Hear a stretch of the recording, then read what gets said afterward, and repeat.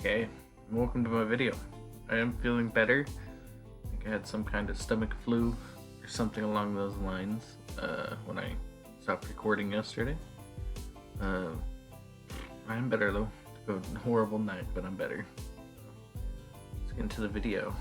I'm gonna try and start making these longer because of how many endings this game has and everything. If we're gonna do the whole game, I'm gonna have to start making these videos longer.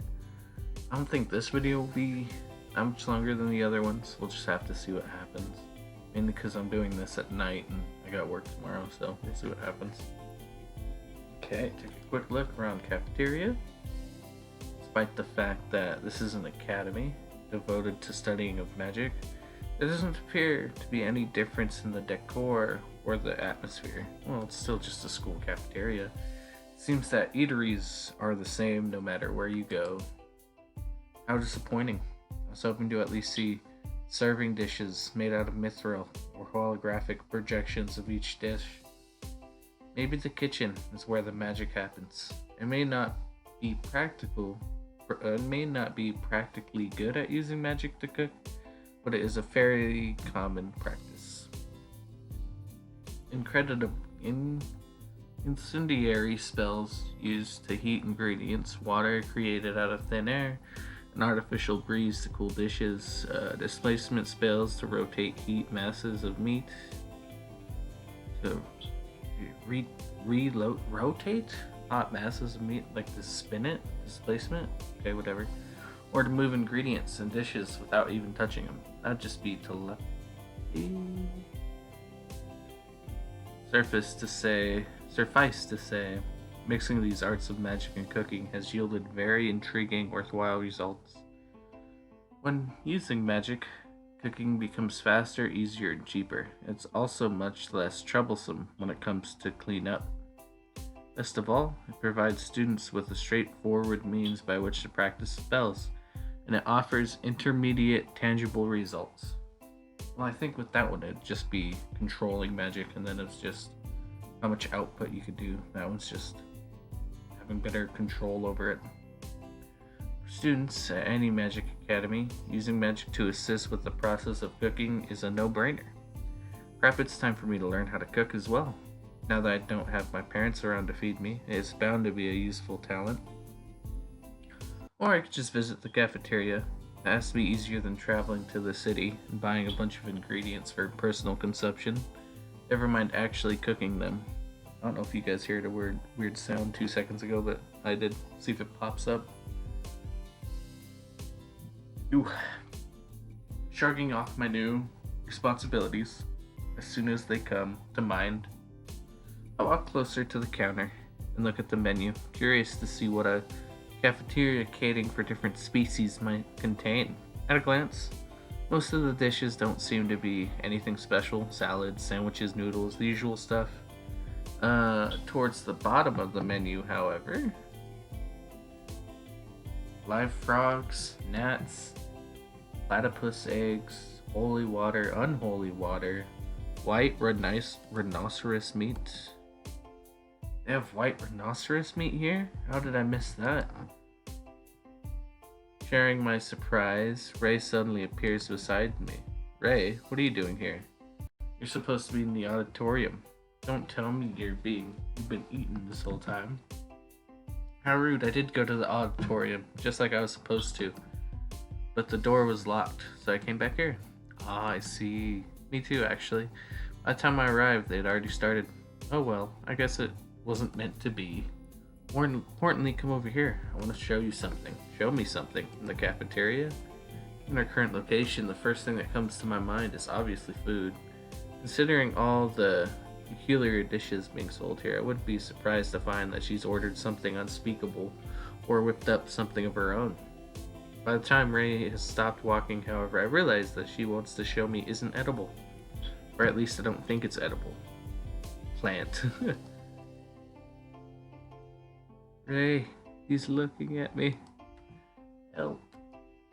The soft voice, the being in front of me, speaks. It turns away and reaches out for Ray, who laughs and stands next to it. Haha, there's nothing to be afraid of. This is Sable the human I was telling you about earlier. Sable. Remember, the person who can use the terminal. Oh, green creature peeks at me from behind Ray. Still shaking, it slowly musters the courage required to speak to me despite its fear. Hello. Hi. I am Eth. Pleased to meet you. With panic in its voice, the creature calling itself Eth bows its head. I'm pleased to meet you too, Eth. My name is Sable. I hope that we get along. Further away. Huh? Eth? Aha, don't worry about Eth. She's just a bit shy. Maybe it's because she's a I want to say mandrake. That doesn't have a K in it. So a mandragon? Dragonon? I'm just gonna say mandragon. Mandrag. Eth is a girl? Yeah, of course she is. No, more importantly, Eth is a mandrag. While Ray herself doesn't quite seem to understand her own hypothesis, she might actually be correct. They have been unintentionally slaughtered by humans for eons. We have decimated their homes in the name of progress and killed them in large numbers while mistaking them for plant life. It's no surprise that Eth is wary around humans, particularly strangers like myself. I already am meeting all kinds of demi-humans today. See, that's why I find it more that Ray probably isn't human. The way she says Sable human and how she's getting along pretty easy with Eth. I better be careful about meeting up with Draken and Eth while Eth is around. It seems like a disaster waiting to happen. Towards Eth, who still appears to be nervous, I extend my hand. You don't need to be afraid of me, Eth. I won't harm you. And if anyone does try to hurt you, let them know I'll make them regret it. I may be weak, but I do have some rather nasty tricks up my sleeve. Like miniaturely altering the path of someone's internal ether flow, press against their bowels, for instance, or lowering the amount of oxygen in the air around them to make them pass out. So either piss themselves or have them pass out. Beth looks at my hand timidly and then up at my face. Though clearly still scared, she hesitantly extends one of her hands towards me. Thank you. And me too. You too. If anyone bullies Sable, I'll poison them. Oh, that's a great idea. No, it's not. No, it's not a great idea. Hey, Eth. You think you can make some poison for me? I want to put some in a squirt gun, in case one of my admirers tries something funny. Sure, no problem. That is a problem. Though I am dubious about whether those admirers actually exist or not. This is our first day on campus. There's no way you could have an admirer already. That's not true. Hot guy was totally hitting on me earlier. Was he, Eth? What, seriously? Hey, why do you trust her more than you trust me? Because it's not Eth's pride that gets hurt if you're lying. Anyway, what kind of guy was it? Were they a demi-human? Maybe they just wanted to feast on you? Come on. Is it really that difficult for you to? Oh, wait a second. I get it. A playful smirk appears on Ray's face. Yeah, she thinks I love her. You're jealous, aren't you? Come again? That's it, isn't it?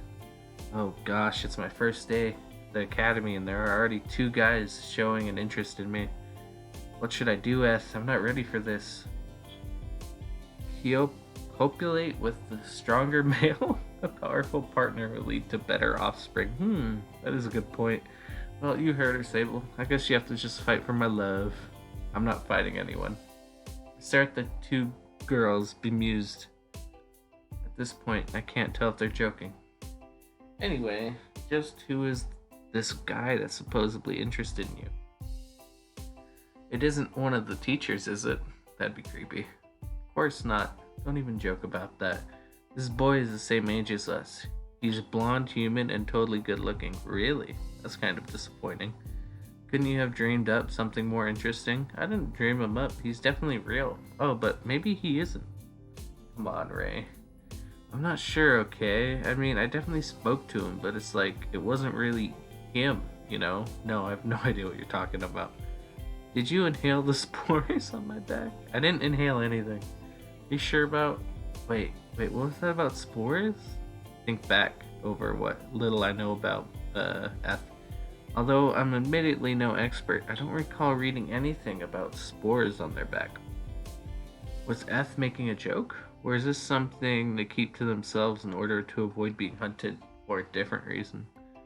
Geez, you two. Is it really so hard to believe that a hot guy would hit on me? On your first day, the cafeteria? Yeah, I'm afraid that does seem rather implausible. Besides, Ray, if even you aren't sure if he exists, how are we supposed to believe in him? Ugh, that's a fair point. And I got a baby screaming, probably because she's being taken downstairs. Maybe I should confirm that he exists first. Ray goes silent for a moment as she I know. Okay, I fucking know what that word is. Her next course of action. After a few moments, Ray nods once, then allows a wide smile to spread across her face. Alright, let's go to the opening ceremony and prove that I'm not crazy. Door's locked, remember? I'll figure something out. Well, I remember that it's not locked anymore. Ignoring my advice, Ray storms off, heading towards the auditorium. What do you think, Eth? Should we go? I'll go if you carry me. You want me to carry you? Honestly, I'm not sure what to make of what I see. They're clearly unlike human legs, but she has moved in my presence, so it's not as though she can't walk. Is it difficult for her to move? Sable, carry me. Alright. But just so you know, I'm not particularly strong or anything. I figured as much. Wow. Cheeky. What happened to the human-fearing girl I met just a moment ago? Carrying Eth bridal style, I very slowly make my way back to the hallway, leading to the auditorium. Eth is surprisingly heavy. While carrying her, the best I'm able to do is shuffle my feet. As such, we progress at a speed undoubtedly slower than we would if she'd simply walked by herself. Maybe I should use some muscle reinforcement magic. I was too scared of the side effects to spend much time practicing it, but right now it'd really come in handy. Muscle reinforcement, a group of spells focused on using aether to artificially engorge and strengthen a person's body. The use of such magic is obvious. It makes a person, even a weakling such as myself, extraordinarily powerful. I know it says exceptionally.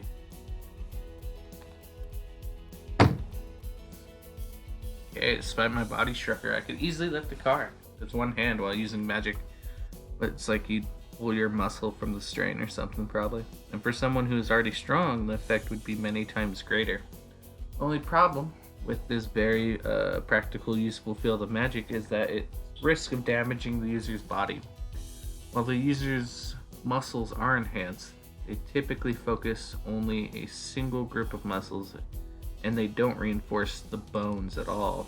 In other words, only one part of their body is enhanced, leaving the rest completely vulnerable. If the user goes too far, or uses such magic too often, they're likely to break their own bones, and to strain the muscles that aren't being enhanced.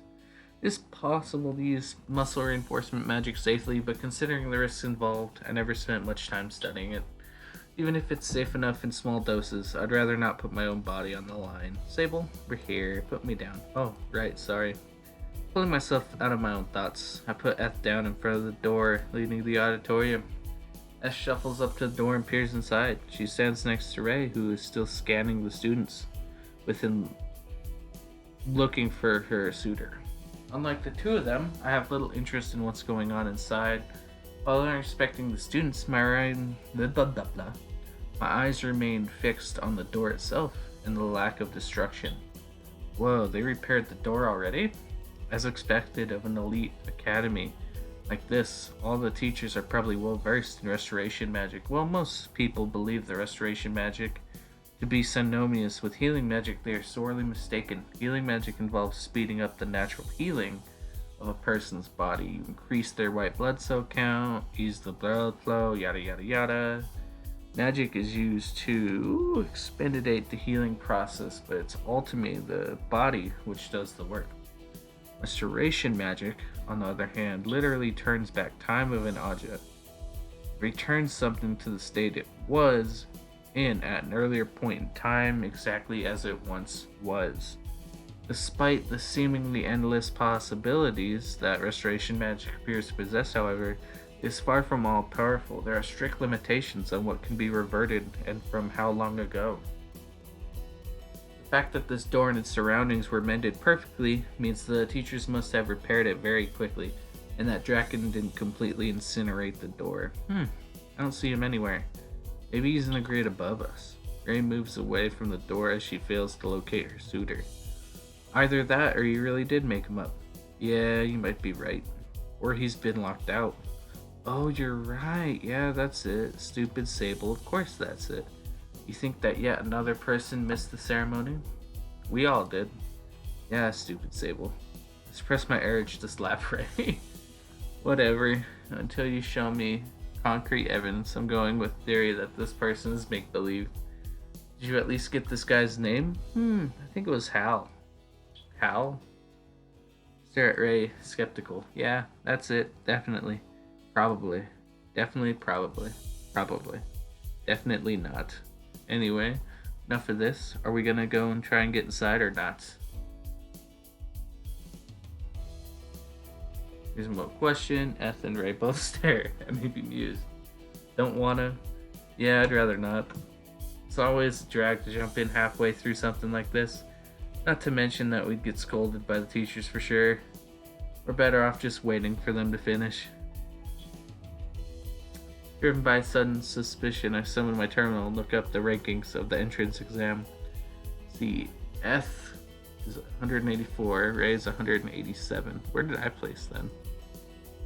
Starting at the top, Alicia's name is. I scroll right down to the bottom. Surely enough, Ray and Eth are both ranked in the bottom 10 places of our grade. Wow, Alicia really is the valedictorian. Looks like Draken managed to somehow get a good rank too. She acted pretty whimsical earlier. I guess she's much more knowledgeable and powerful than her personality would suggest, being a dragon and all. As for these two, however, Eth, 187, given a total of 189 students, a rank almost the worst, especially Ray. Only student below Ray scores 0, meaning they likely didn't show up for the exam at all. I guess Ray was screwed over by the lack of any healing magic tests in the exam. She'll probably do better once classes actually begin. Eth is a surprise though. Was she too nervous being around so many people? I close my terminal and address the two dunces once more. Fine, we'll wait them out, but don't complain to me if we miss something important. Sure, whatever you say. Understood. Two girls turn towards the cafeteria, paying no further mind to the ceremony we're supposed to be a part of. Ray starts walking in lengthy strides, and Eth swivels her torso towards me, stretching her arms out wide. I sigh in resignation and pick her up, risking a hernia once more as I carry her back to the cafeteria.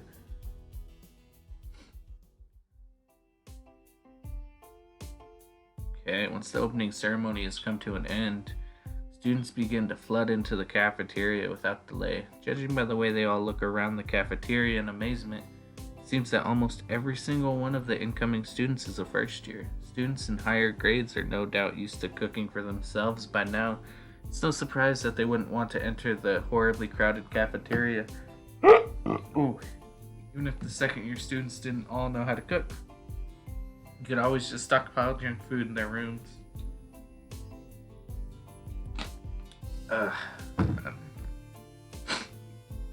The allowance we receive from the academy is pretty generous, especially if you rank highly. It's not a stretch to think that busy students might buy loads of food ahead of time.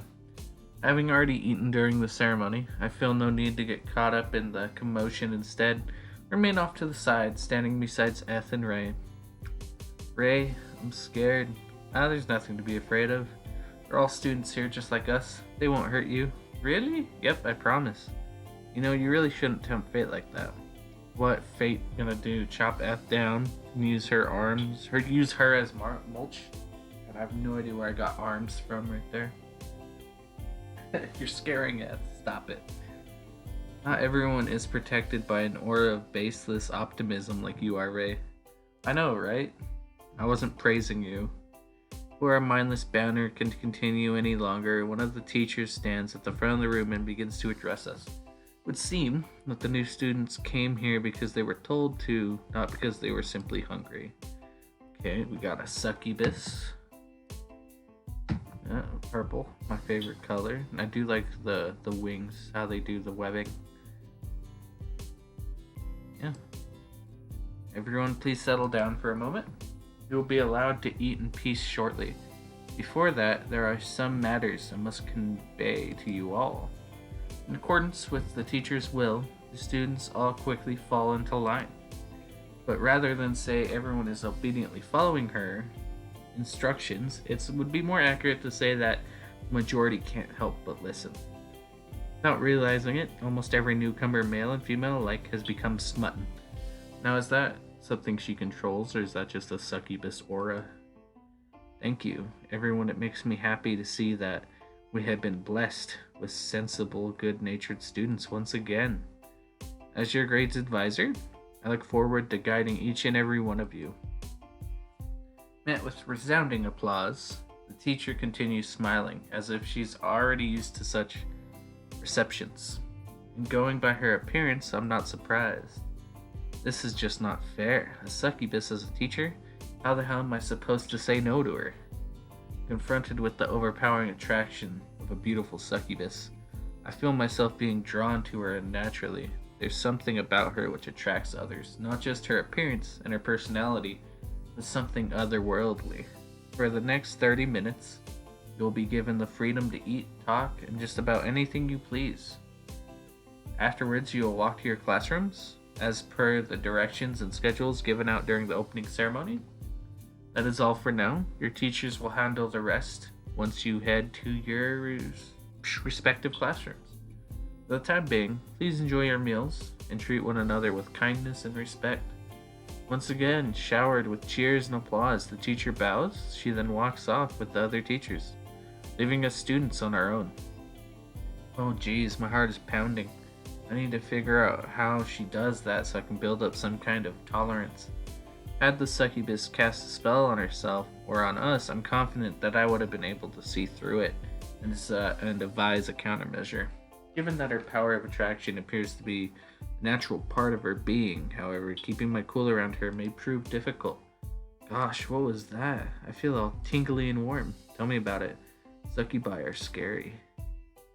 Cast a sideways glance at the teacher as she leaves the room. My eyes are drawn to her smooth, slim wings, her supple, perky tail. Whoa, okay. I go backwards.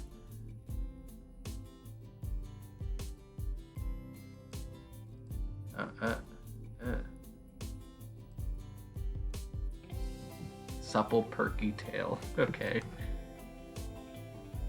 Is that going forward? No, okay, whatever. You'll have to listen to my mouse.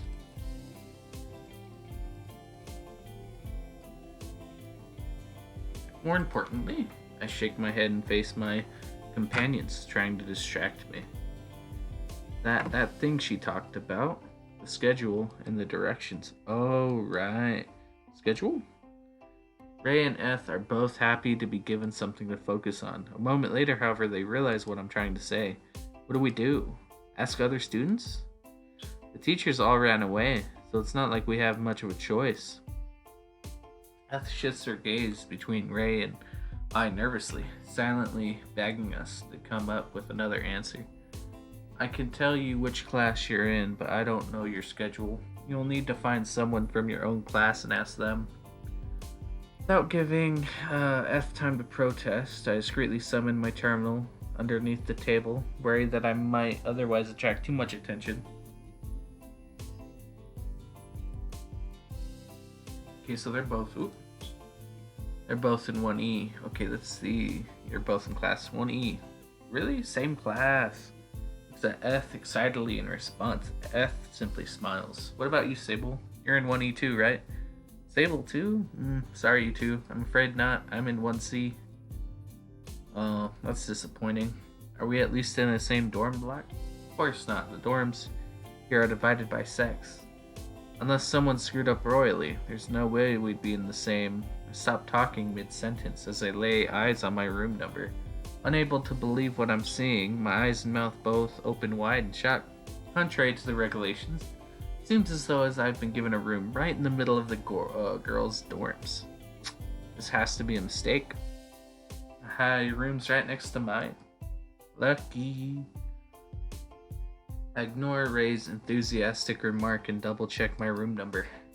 I check again and again using different maps from different sources. No matter how many times I check, however, the reality of my situation does not change. Do you imagine getting in trouble just for trying to go to your own room because it's in the wrong dorm? It's like, I live here. Get yelled at all the time. It's like, what are you doing here? Yeah, it'd be funny. No way. How can this be? Maybe they ran out of rooms. Or maybe they thought you were a girl. Sable's a girl's name, right? It's unisex. Anyway, this is clearly a mistake. I need to get this sorted out. But why? Don't you want a room right next to mine? Just pouty face. Not if it means having weird rumors spread about me. I dismiss the map of the dorm blocks and instead bring up the details of our grade advisor. Let's see if I hide this. No, okay. Spirit. Yeah, spirit. Capacity, control, output, efficiency, recovery, technique. So the efficiency and recovery are higher than I would think it would be. Control is as high as I would think it would be. Teacher of class 1C, which means she's my teacher. First year grade advisor. I hate the way those letters work? Look. Ugh, oh my god, like the S's. Let's say her name? Eris. Okay. Eris Monty. Looking up her profile, it seems the Succubus, who addresses us all early, is not only my grade advisor, but also my class teacher. Eris Monty. Well, Miss Monty, you have some explaining to do. Without delay, I begin formulating a message. Miss Monty, my name is Sable. I am a male first-year student. It seems that I have been given a room in the female dormitory by mistake. Please have this oversight reflected as soon as possible. Rectified. Why did I say reflected? Rectified as soon as possible. Just say changed or fixed. I get like smart words, big words. The heiress and breathed a sigh of relief. Miss Monte seemed like a straight-laced, diligent person. Now that I've explained the situation to her, I'm sure she'll beep beep beep look down at my terminal as a message comes through. I reply already. Eris really must be diligent. Good morning, Mr. Labir. This is Eris Monte, your grade advisor. I must say, I'm surprised that a first-year student is capable of using a terminal, especially one ranked as poorly as yourself. See, where did I rank? Unnecessary commentary. I thought that being the advisor of the first years would be a piece of cake, since none of them can bother me out of the blue like this. I love how you can see her face that she's making. But I guess a little bit of peace was too much to hope for, huh? I feel sweat drip down my forehead as my internal impression of Eris is destroyed, one line of text at a time. As your grade advisor, my advice is to pad your chest and wear a wig. Bye-bye. Don't get caught peeping. That sounds like something a succubus would say, though. As I read the last line of text, our connection is severed, and a message comes up telling me that Eris has blocked my terminal ID. Wow. Straight up blocked.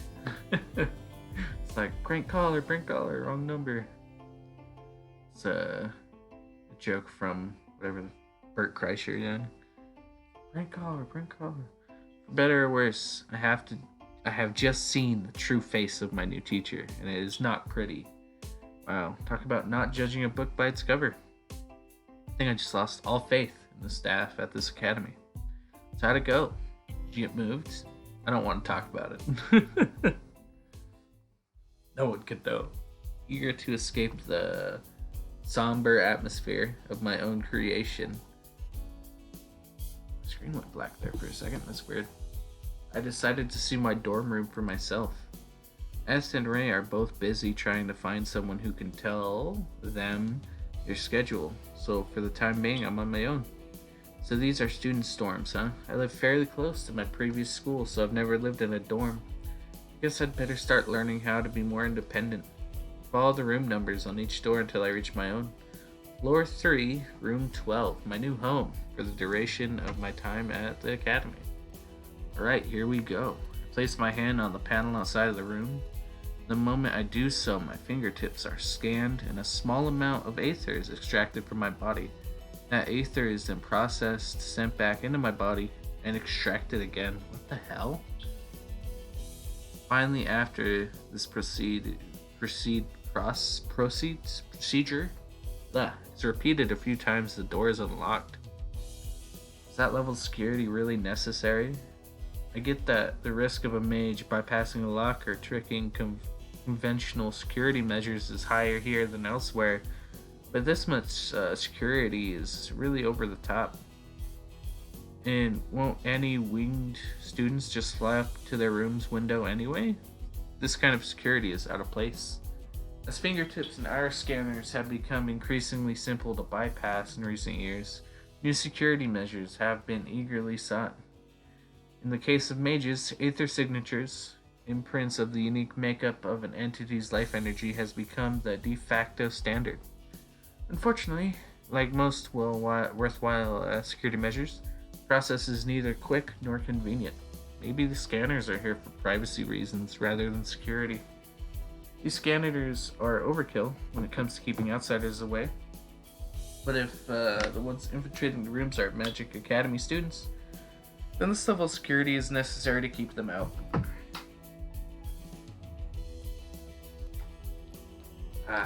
Maybe over the top, but when you're dealing with students who can incinerate ordinary doors in a single breath, standard security members just don't count. Finally, dragging my eyes away from the door, I enter my dorm room at last. The moment I enter, I raise an eyebrow at the sight in front of me.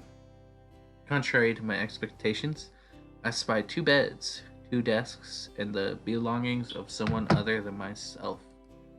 See, I wouldn't call it 2 beds. I say bunk bed. But whatever. As for the bed, the bottom bunk appears to be untouched, whereas the other has been neatly arranged with miscuous that's scattered around it, whatever the fuck. Someone else's stuff around it. From the look of things, it would seem that my roommate has arrived ahead of me. I didn't expect to have a roommate. I thought that a huge academy like this would provide a separate room for each student, considering the relatively low number of students. Oh well, as long as my roommate isn't violent or overly rowdy, I'm sure we'll get along. Hello? Is anyone here? Hello? I walk through my room, turning my head left and right as I search for my roommate. Did my roommate come up here earlier before the opening ceremony, or did I just miss them? Shrugging my shoulders, I sit down on my own bed and begin to unpack. Although there isn't much for me to take out, there are at least a spare clothes and toiletries to put away. Even in this age where magic assists in the production of so many goods, running out of clean clothes is just as a valid concern as ever. Okay, that should just about do it. Now then, since my roommate isn't here, I guess I'll head back to the cafeteria and see how. The moment before my hand touches the door, I freeze. The sound of the door unlocking, more akin to the sound of something decompressing, fills the entire room as I unintentionally go silent. Wings enter my line of sight, followed by smooth golden hair. Light footsteps encroach upon me, and before long I am standing face to face with my roommate. Hi, Tix is here.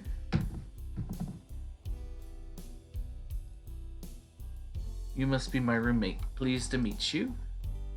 Tix extends one of her tiny hands towards me as she stares into my eyes, waiting for me to respond. Yeah, likewise. Shake Chick's hand carefully, not to exert too much force. So my roommate's a human, huh? And a male one at that. Yeah, it seems like there was a mix-up with my room assignment. I've already informed our grades advisor, but honestly, it doesn't seem like she was gonna do anything about it. I wouldn't worry about that. In fact, chances are that this arrangement is my mother's doing anyway. Your mother? This is kind of embarrassing to admit, but you'd find out sooner or later anyway, so might as well be upfront and explain everything right off the bat. Let me get straight to the point. Truth is, I'm not here to study, or at least not to study magic. I'm actually enrolled at the academy in order to familiarize myself with males and maybe even find a mate. Come again? A mate, a spouse, a partner of the sexual variety. I don't know how much you know about pixies, but our race is 100% female. Naturally, this means that we need to crossbreed in order to survive. Since there are no men in our societies, pixies generally venture into the domains of other races, find a mate, and then return home after they've been impregnated. And that's why you've come to the academy to become pregnant, then return home? Yep, that's the plan. Talk about a difference in culture. Pixies wander into civilizations of other races, engaging in one night stands until they get pregnant, then head back to their own village. Any human who is caught doing that would no doubt wind up being called some rather nasty names. Oh, any human going around one night stands, yeah, or. But if you think that you can just have your way with me and then get this room all to yourself, you should know that it won't be that easy. I won't settle for just anyone, you know. I'm not that kind of pixie. My mother has given me 2 years to find a suitable mate, so I'm not about to jump the first human I meet and call it a day. I'm glad to hear that. Although, now that I think about it, I suppose that wouldn't be too bad. I do want to return home as soon as possible. After all, and humans are a pretty safe bet when it comes to breeding. What's your family's medical history like? Any repeated incidents of heart disease or other hereditary illnesses? I love how she pulls out a clipboard. It's like, any illnesses? I don't like your hair color. Your eyes are too green. I don't want my kids to have green eyes. Like, not that I'm aware of. Excellent. In that case, I might put you on the list of candidates after all. You see, pixies have a pretty low survival rate out in the wild. But children are innately very weak and quite susceptible to illnesses. Furthermore, we tend to give birth to at least a dozen offspring at a time, and our gestation period is only 2 months, so we're prime targets for predators. What if I give birth in a safe place like this, and the father's family has a clean medical history, then that shouldn't be a problem at all. If I'm lucky, the entire litter might survive. Begin to back away from ticks. I guess you'd call it a litter whenever it's more than 3 kids. She seems like a nice, cheerful person, but in a certain sense, she's quite scary. Going off current impressions, ticks might just be more of a handful than Ray. Putting all this talk of breeding aside for a moment, did you happen to attend the opening ceremony this morning? Opening ceremony? Of course I did. What kind of idiot would miss something so important? Yeah, I know, right? Force a smile on my face. Let's say someone did miss the ceremony or fall asleep halfway through. What do you think would be the most important thing for them to know? You mean like if I were to summarize the key points? Exactly. Tilts her head to one side and immerses herself in thought. Let's see. Proud of the city, use magic responsibly, stop kicking the back of my chair. No, I don't think there was really anything important covered. Oh, but they did mention that we receive our allowances at the start of each week. I see. Smell warily as I catch another glimpse of Crick's nature. Oh god. Please don't let me be in the same class as this girl.